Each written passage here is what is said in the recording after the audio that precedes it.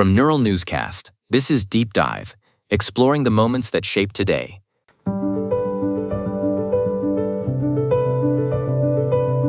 I'm Frederick Moore. On today's episode of Deep Dive, we are looking at a moment that effectively ended the isolation of continents. It is March 30th, 2026, and looking back to this day in 1857, a connection was being forged that changed the speed of human history forever. I'm Cole Mercer.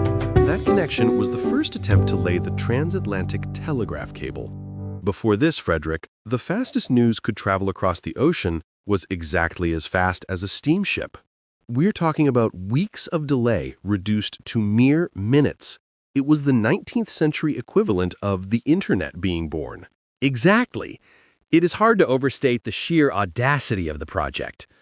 Imagine thousands of miles of copper wire, protected by a resin called gutta percha, being laid across the rugged and largely unknown terrain of the Atlantic seabed. From a strategic perspective, it must have been a logistical nightmare to coordinate. It was. It required intense cooperation between the British and American governments, using massive ships like the Agamemnon and the Niagara. When the cable finally linked Europe and North America, it wasn't just for business or family letters. It became a matter of national security and diplomatic speed. The world suddenly felt much smaller. That shift toward instant global awareness feels like the perfect backdrop for the three individuals we are celebrating today. They were all masters of their crafts who reached audiences far beyond their own borders. Let's start with a man whose work now sells for millions, but who lived in near total obscurity. You are talking about Vincent van Gogh, born on this day in 1853. He is the quintessential Post-Impressionist. When you think about the Starry Night or sunflowers, those bold colors and that thick, expressive brushwork were completely revolutionary. He wasn't just painting a scene, he was painting a feeling. Right, and the tragedy is that he only sold one painting during his entire lifetime. He passed away at only 37, never knowing he would become one of the most influential figures in the history of Western art.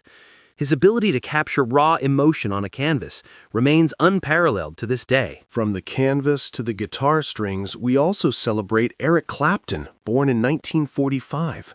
Frederick, when you discuss the blues in the modern era, Clapton is always at the center of that conversation.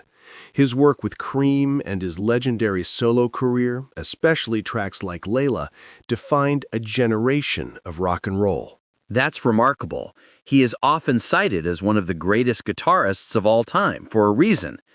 Whether it is the high-energy riffs of Crossroads or the deeply personal Tears in Heaven, his range is incredible. He essentially took the traditions of American blues and transformed them into a global phenomenon. While Clapton was mastering the blues, our third birthday subject was preparing to conquer the world of pop. Celine Dion was born in 1968. She is far more than a singer. She is a cultural icon with over 200 million records sold worldwide. Her career is a masterclass in vocal endurance. Her power ballads are legendary. My Heart Will Go On is the obvious standout because of its association with Titanic, but her technical ability is what really sets her apart. She has this effortless control over a massive vocal range that very few performers in history can match. It is a diverse group for March 30th. You have the visual intensity of Van Gogh, the technical mastery of Clapton, and the pure vocal strength of Dion.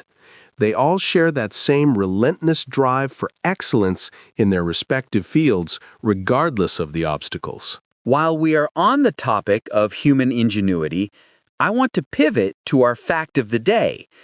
It involves something many of us use every day, but during World War II, it was a life-saving piece of military hardware, the pencil. This isn't your average number 2 pencil, Frederick. The Cumberland Pencil Company in England was commissioned for a very specific covert task. They produced hollow pencils specifically designed for British POWs who were incarcerated of war, held behind enemy lines. Indeed, Inside those hollowed-out centers, they hid miniature silk escape maps. They were sealed right there between the graphite ends. To any guard, it just looked like a standard writing tool, which was the brilliance of the entire operation. It was brilliant. These were issued to military personnel at high risk of capture. If they ended up in a POW camp, they had a map of the surrounding territory hidden in plain sight. It provided navigational intelligence that could mean the difference between staying a prisoner and making it home safely. It is a perfect example of low-tech brilliance in a high-stakes environment. Sometimes the most effective tools for survival are the ones hiding right under the enemy's nose. March 30th gives us a wide spectrum of history, from the first physical link across the Atlantic in 1857 to the secret pencils that help soldiers find freedom. It's a reminder that whether we are laying cables on the ocean floor, painting stars, or hiding maps in pencils, the human spirit is always looking for a way to connect and overcome. That is going to do it for this deep dive. I'm Cole Mercer. And I'm Frederick Moore. For more historical narratives, visit deepdive.neuralnewscast.com. Deep Dive is AI-assisted, human-reviewed. Explore history every day on Neural Newscast. This has been Deep Dive on Neural Newscast, exploring the moments that shape today.